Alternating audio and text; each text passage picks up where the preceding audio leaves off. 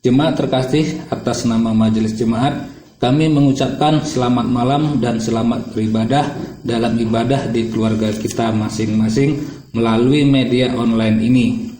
Firman Tuhan dari Ibrani 13 ayat 15. Sebab itu marilah kita oleh Dia senantiasa mempersembahkan korban syukur kepada Allah, yaitu ucapan bibir yang memuliakan namanya.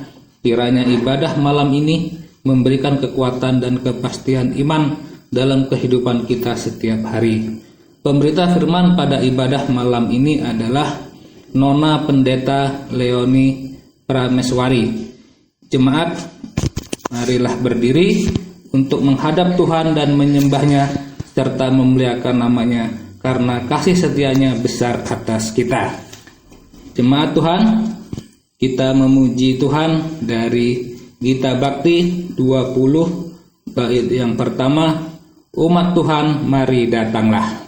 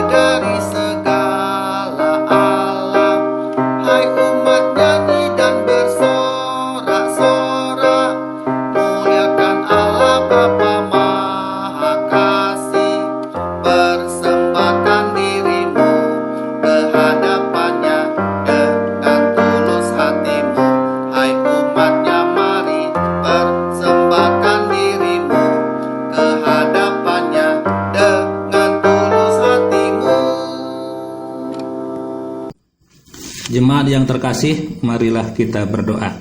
Ya Allah yang Maha Kudus, kami bersyukur atas berkat-Mu sehingga kami dapat beribadah saat ini. Biarlah hanya kehendak-Mu yang kami cari dalam ibadah ini. Tuntunlah kami dalam hikmat-Mu agar kami dapat menghayati persekutuan ibadah kami saat ini.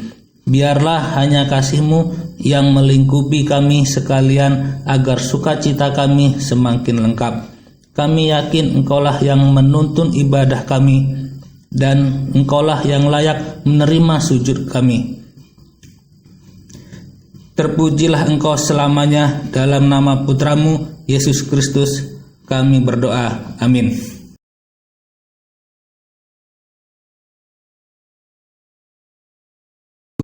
Bapak Ibu yang terkasih dalam Tuhan kita Yesus Kristus, marilah kita menaikkan mazmur bagi Tuhan secara berbalasan.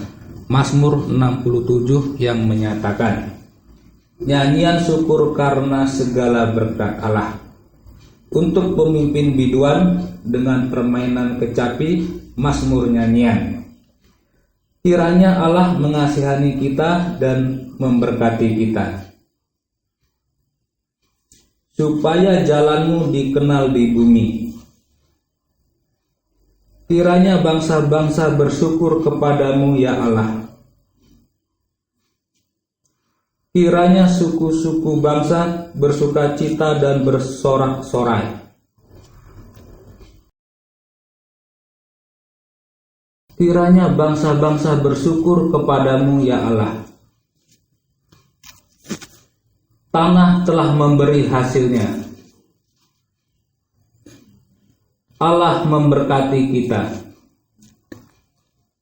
Demikianlah mazmur pujian. Bapak Ibu yang terkasih, kembali kita memuji Tuhan dari Gita Bakti 20, baitnya yang kedua, umat Tuhan mari datanglah.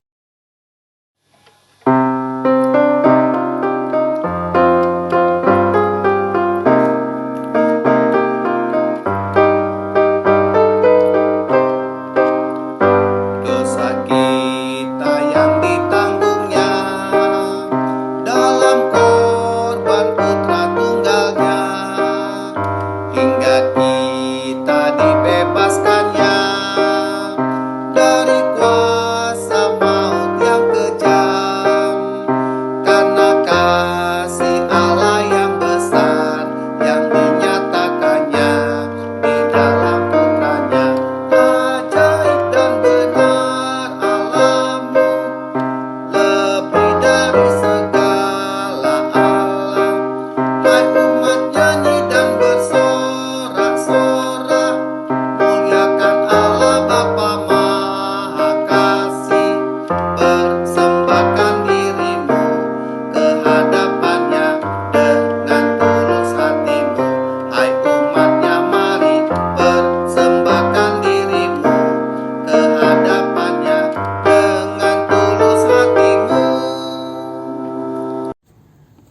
Jemaat yang diberkati oleh Tuhan kita Yesus Kristus, kita masuk ke dalam pemberitaan firman Tuhan.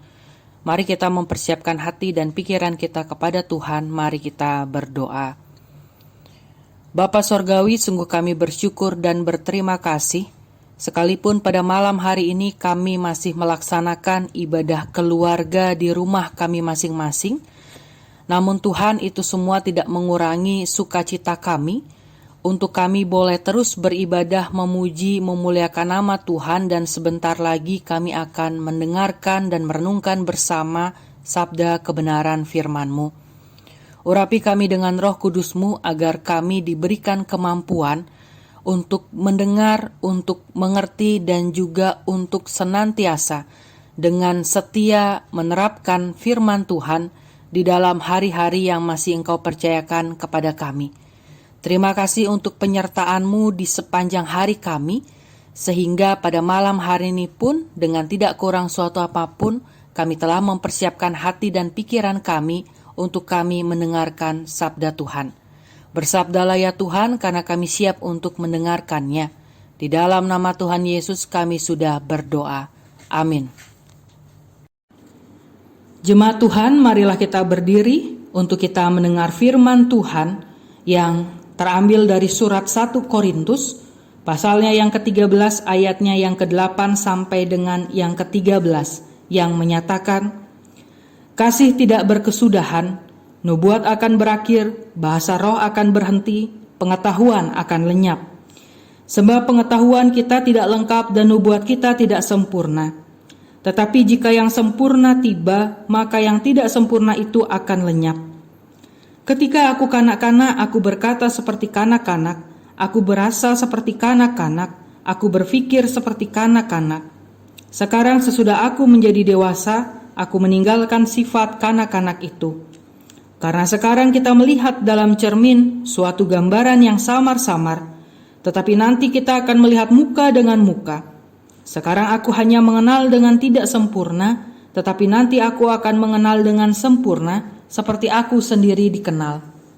Demikianlah tinggal ketiga hal ini, yaitu iman, pengharapan, dan kasih.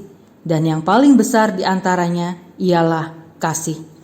Demikianlah pembacaan Alkitab. Berbahagialah setiap orang yang mendengar dan yang melakukannya. Terpujilah Tuhan Yesus. Haleluya.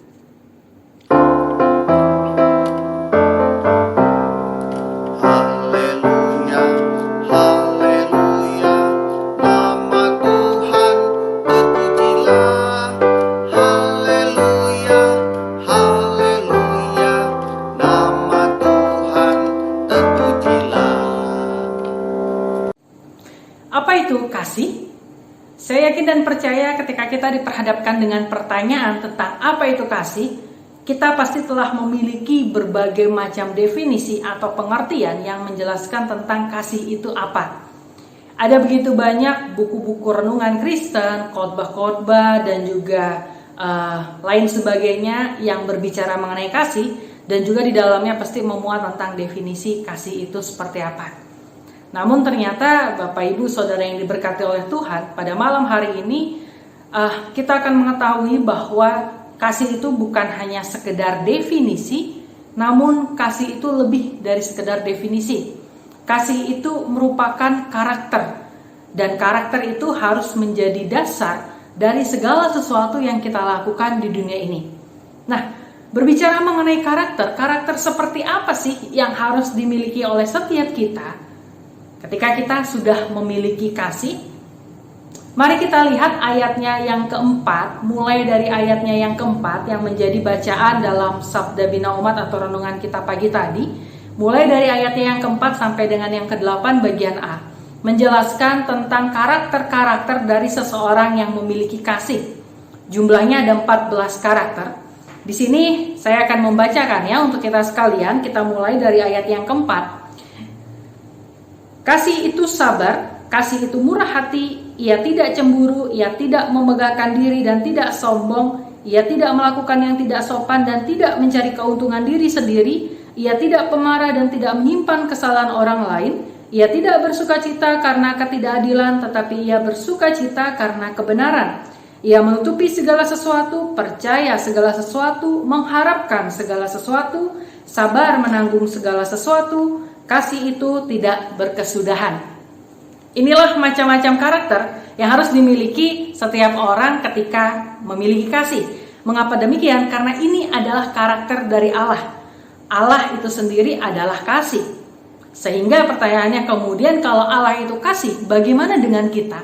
Apakah kita juga adalah kasih? Nah, ini seharusnya, semestinya bagi setiap orang yang telah percaya kepada Kristus dan menjadikan Kristus sebagai Tuhan dan Juru Selamat di dalam kehidupannya, sudah pasti bahwa kita juga adalah kasih.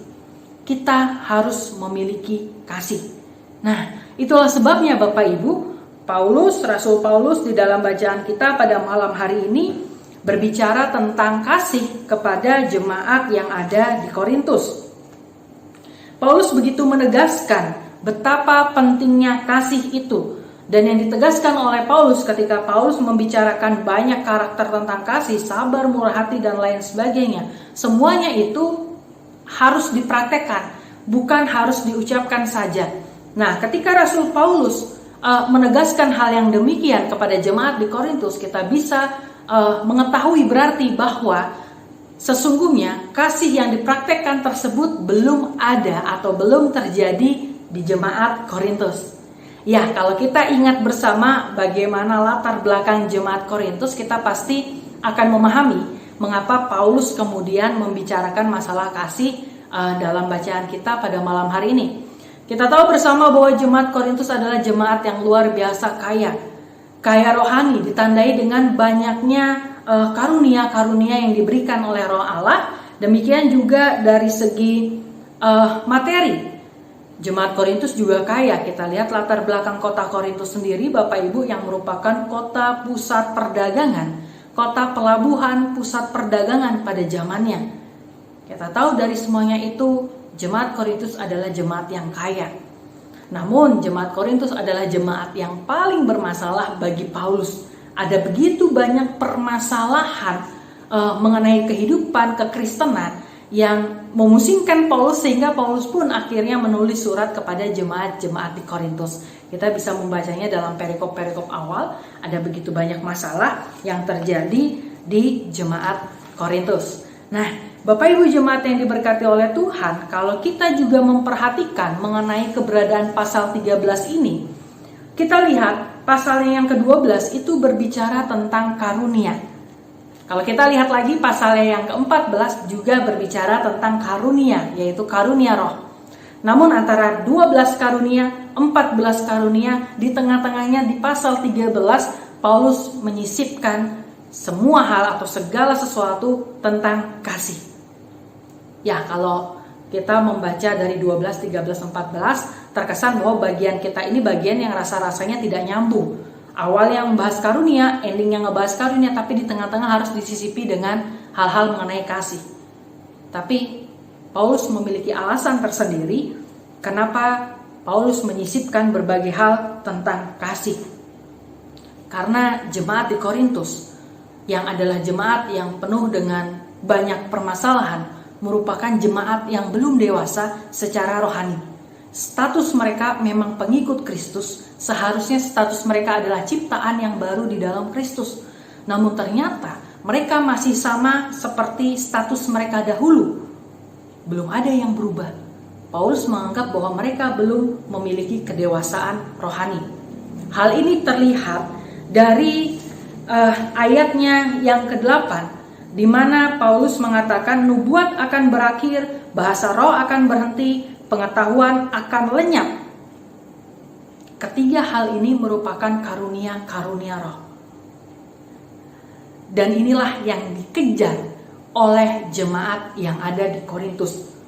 Jemaat di Korintus mementingkan, oh saya memiliki karunia ini, oh saya memiliki karunia itu, dan mereka bangga dengan karunia-karunia yang mereka miliki. Tapi Paulus katakan bahwa semuanya itu akan lenyap ketika ayat yang ke-9, ketika yang sempurna itu datang, ayat 9 dan 10 dikatakan semuanya itu yang ketiga tadi akan lenyap.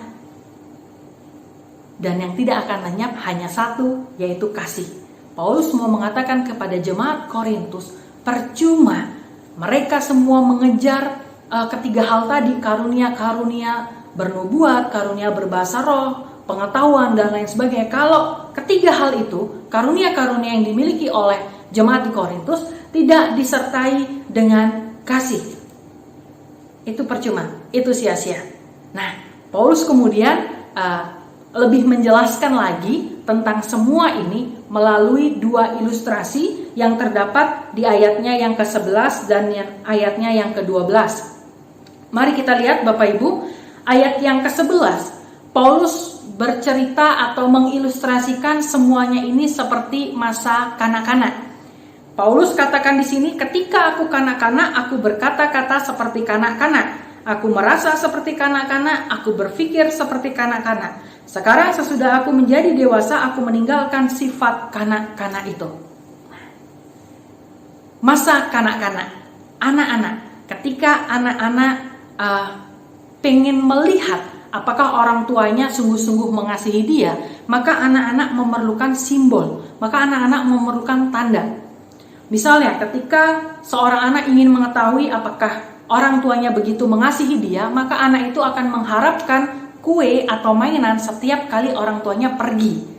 Nah, ketika suatu saat orang tuanya pergi pulang ke rumah dan tidak membawa apa-apa, maka anak tersebut akan menyimpulkan bahwa papa dan mama tidak lagi mengasihi aku karena tidak membawa sesuatu. Namun bagi orang yang sudah beranjak dewasa, tidak lagi bisa disogok dengan hal-hal seperti kue dan mainan. Mengapa demikian? Karena orang dewasa akan berpikir sedemikian rupa dan menyimpulkan bahwa kasih itu tidak hanya sekedar dari membawa kue dan juga mainan.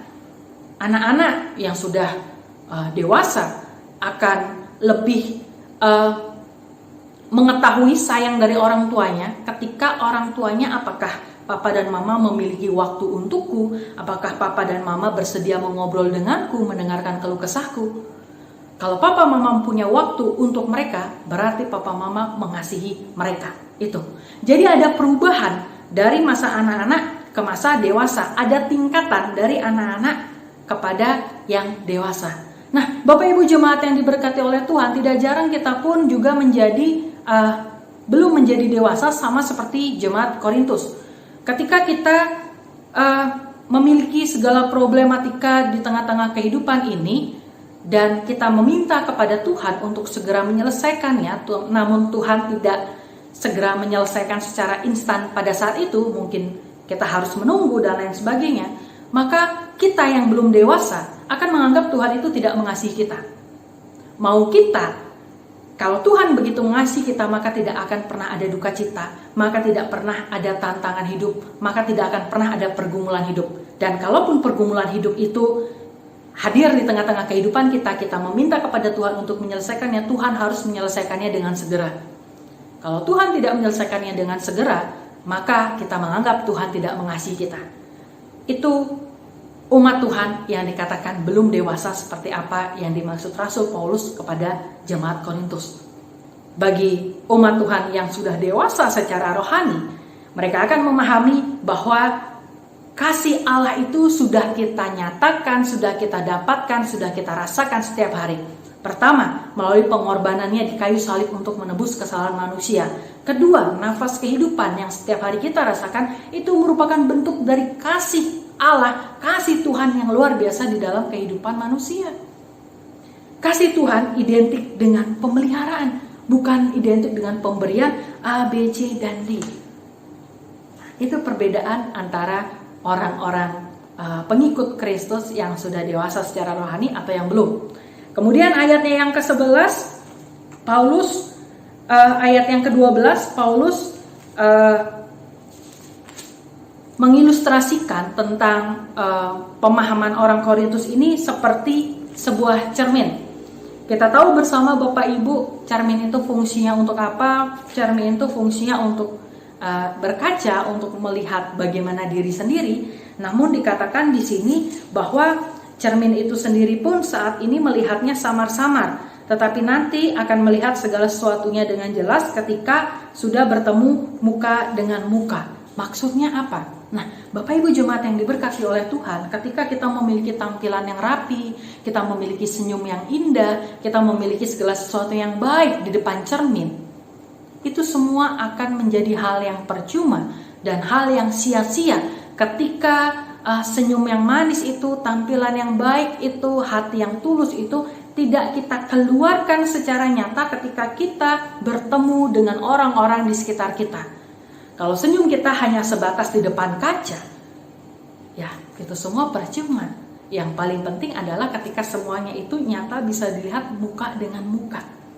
Dan itulah yang Paulus mau katakan kepada jemaat Korintus. Ketika jemaat di Korintus mengejar karunia-karunia, nubuat, pengetahuan, dan juga bahasa roh di tengah-tengah dunia ini, di dalam dunia ini, itu semua akan percuma. Mengapa? Karena ketika yang sempurna datang, ketika Tuhan datang, semuanya itu akan lenyap. Karunia-karunia itu merupakan pemberian daripada Allah melalui Roh Kudus. Itu semua akan lenyap. Yang dipentingkan saat itu, saat Ia datang kembali adalah kasih. Kasih itulah yang bisa membawa kita lebih dekat kepada Allah. Jadi Paulus mau katakan, jangan mengejar hal yang nanti akan lenyap. Jangan mengejar hal yang sia-sia. Mari kejarlah, mari tingkatkan pemahaman kita tentang kasih Allah yang tidak pernah berkesudahan, dan jadilah demikian. Karena Allah adalah kasih, Kristus adalah kasih, dan kasih itu yang bisa membawa kita dekat kepadanya nanti. Nah, itu yang dimaksudkan oleh Paulus di dalam dua ilustrasi ini, Bapak Ibu. Dan yang terakhir, Paulus menutupnya dengan ayat yang pasti kita sudah hafal sekali, kita sudah familiar. Demikianlah tinggal ketiga hal ini, yaitu iman, pengharapan, dan kasih, dan yang paling besar di antaranya ialah kasih. Dikatakan di sini paling besar, bukan paling penting. Artinya ketiganya adalah penting. Ketiganya sama besar, namun yang paling besar adalah kasih. Semua orang memiliki iman, semua orang memiliki pengharapan, namun tidak semua orang memiliki kasih. Dan apabila orang tersebut tidak memiliki kasih, maka iman dan pengharapannya itu akan terasa percuma. Percuma kita mengasihi Kristus yang tidak kelihatan di sana, kalau sesama kita yang kelihatan, yang kita bisa ajak bicara setiap hari, kita bisa raba setiap hari, itu kita tidak bisa lakukan. Itu yang dimaksud oleh Paulus kepada jemaat di Korintus. Nah, Bapak Ibu jemaat yang diberkati oleh Tuhan, pertanyaannya untuk kita saat ini, sudahkah kita memiliki kasih yang dipraktekkan seperti yang Paulus ajak untuk jemaat Korintus miliki juga? Mungkin pertanyaan ini sederhana, namun jawaban yang diperlukan itu membutuhkan waktu yang lama untuk kita menjawab dan merenungkannya. Tidak sesederhana itu. Kasih di dalam pasal yang ke-13 ini tertulis di dalam bahasa aslinya, yaitu menggunakan kata agape. Kita tahu bersama di dalam Alkitab kita mengenal 4 kasih, ya, dan di pasal 13 yang menjadi bacaan kita ini menggunakan kata atau kasih agape. Kita tahu bersama bahwa kasih agape adalah kasih yang tidak bersyarat. Kasih ini dimiliki oleh Allah kepada umatnya. Kasih ini adalah kasih yang penuh pengorbanan. Kasih yang tidak berkesudahan sekalipun disakiti. Kasih yang paling susah diwujud nyatakannya dalam diri manusia, karena pada dasarnya sifat manusia adalah mengharapkan kembali dari apa yang telah diberikan. Tapi sekali lagi, bahwa Allah itu kasih, maka kita yang percaya kepadanya juga adalah kasih. Sesulit apapun diwujud nyatakannya, kita harus tetap berusaha untuk mengarahkan hidup kita kepada kasih tersebut.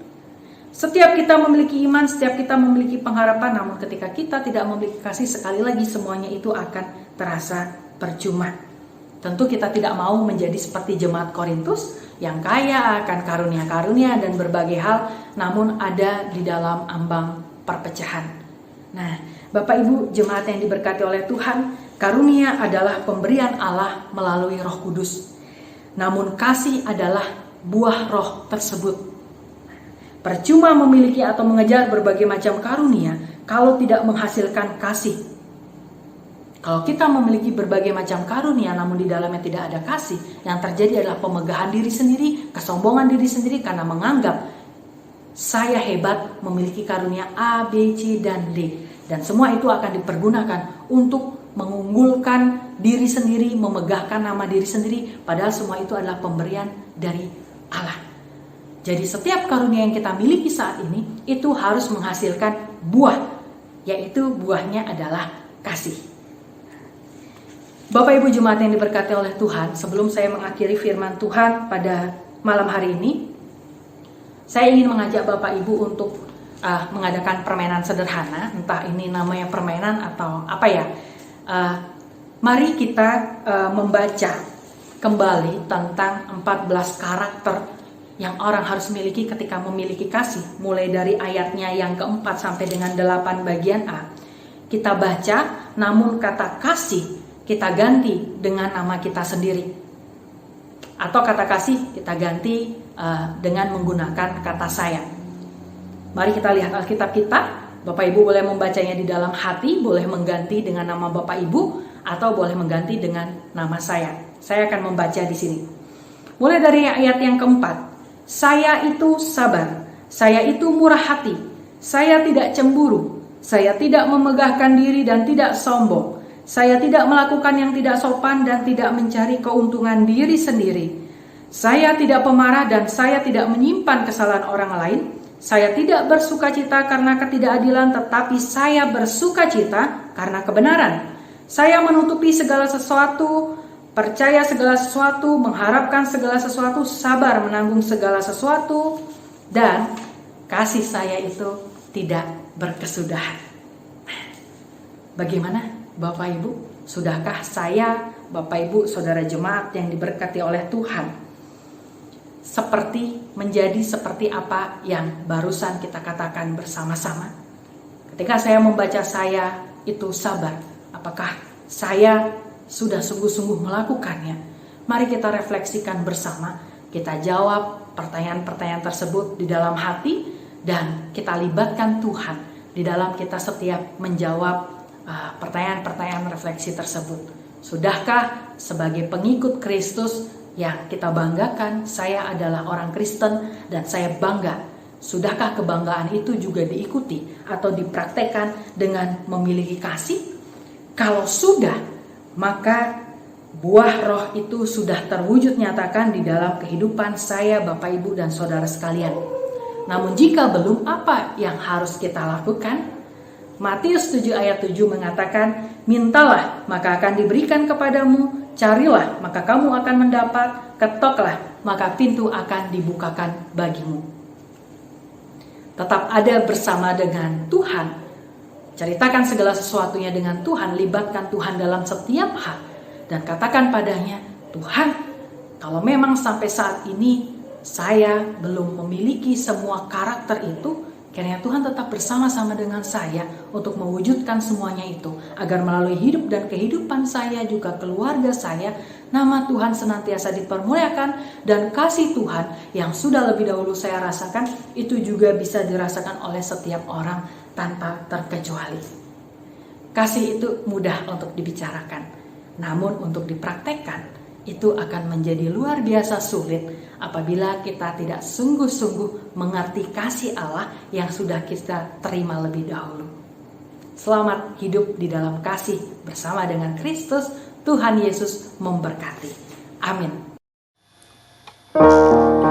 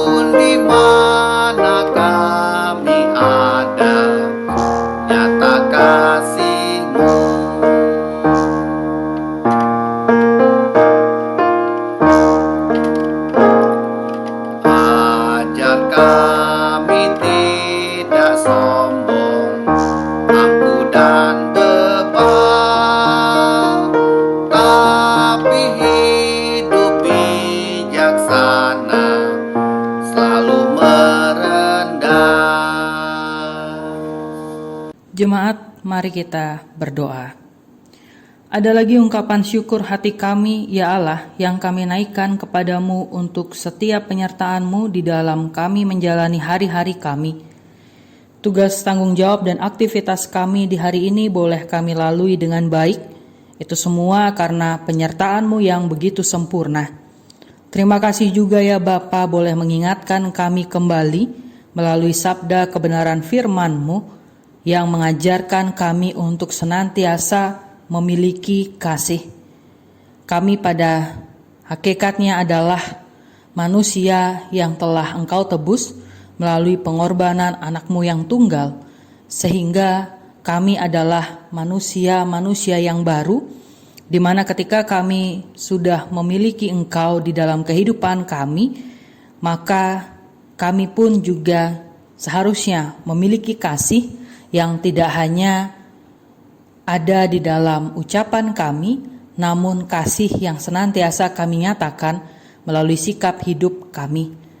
Ampuni kami ya Tuhan apabila selama ini kami mengaku sebagai umat-Mu, namun kami belum memberlakukan kasih di dalam kehidupan kami.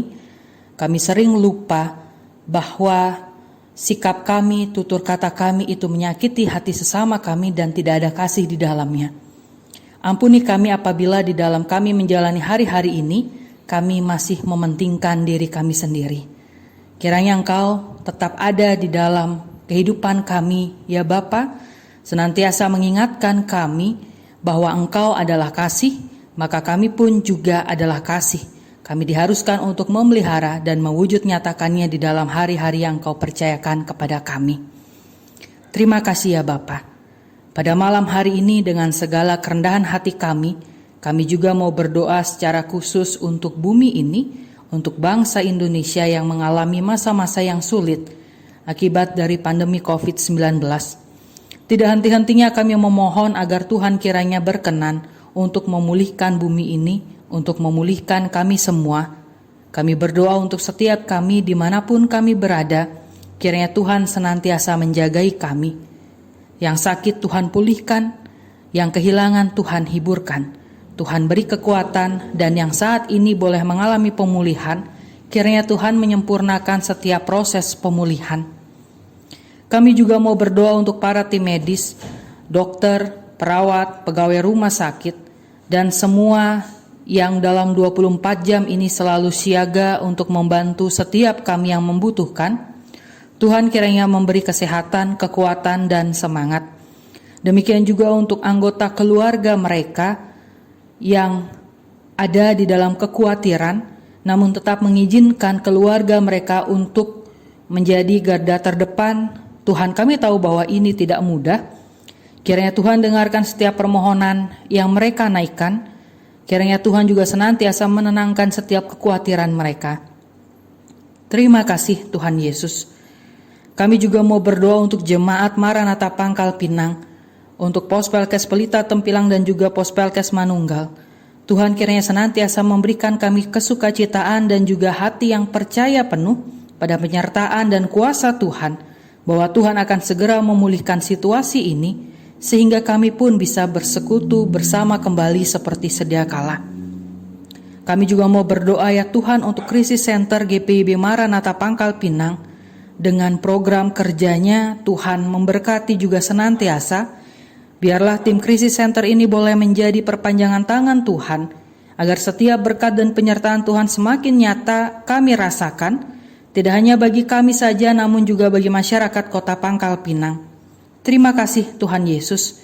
Inilah kami, ampuni setiap salah dan dosa kami. Doa ini kami naikkan hanya di dalam nama Tuhan Yesus Kristus, Tuhan dan Juru Selamat kami yang hidup, yang sudah mengajar kami berdoa. Bapa kami yang di surga, dikuduskanlah namamu. Datanglah kerajaan-Mu, jadilah kehendak-Mu di bumi seperti di surga. Berikanlah kami pada hari ini makanan kami yang secukupnya, dan ampunilah kami akan kesalahan kami, seperti kami juga mengampuni orang yang bersalah kepada kami. Dan janganlah membawa kami ke dalam pencobaan, tetapi lepaskanlah kami daripada yang jahat.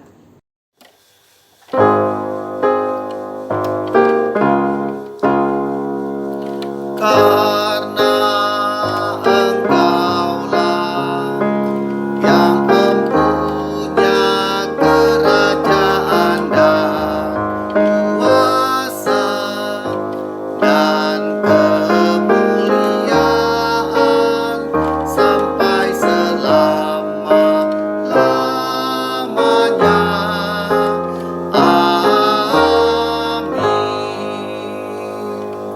Jemaat, mari kita mengucap syukur kepada Tuhan dengan memberi persembahan kepadanya. Ingatlah firman Tuhan yang terambil dari 1 Tawarik 16 ayat ke-29. Berilah kepada Tuhan kemuliaan namanya, bawalah persembahan dan masuklah menghadap Dia. Sujudlah menyembah kepada Tuhan dengan berhiaskan kekudusan. Tuhan memberkati saudara dan persembahan saudara. Mari kita memuji Tuhan dari Gita Bakti 80. Mari bawa persembahan bait pertama dan bait kedua.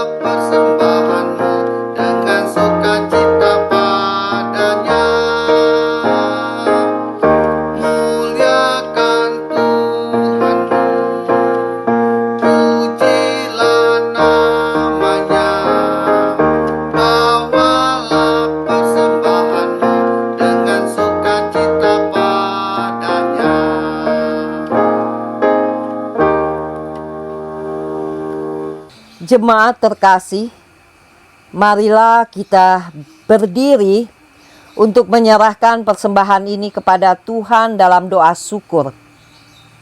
Kita berdoa. Allah yang Maha Kudus dan Kekal, kami mengucap syukur kepadamu dan berterima kasih atas pemeliharaanmu dan pertolonganmu kepada kami. Sehingga hari ini kami dapat memberi persembahan untuk keperluan pekerjaanmu, dan semua ini daripadamu juga asalnya, serta tetap berharap pada pengasihanmu.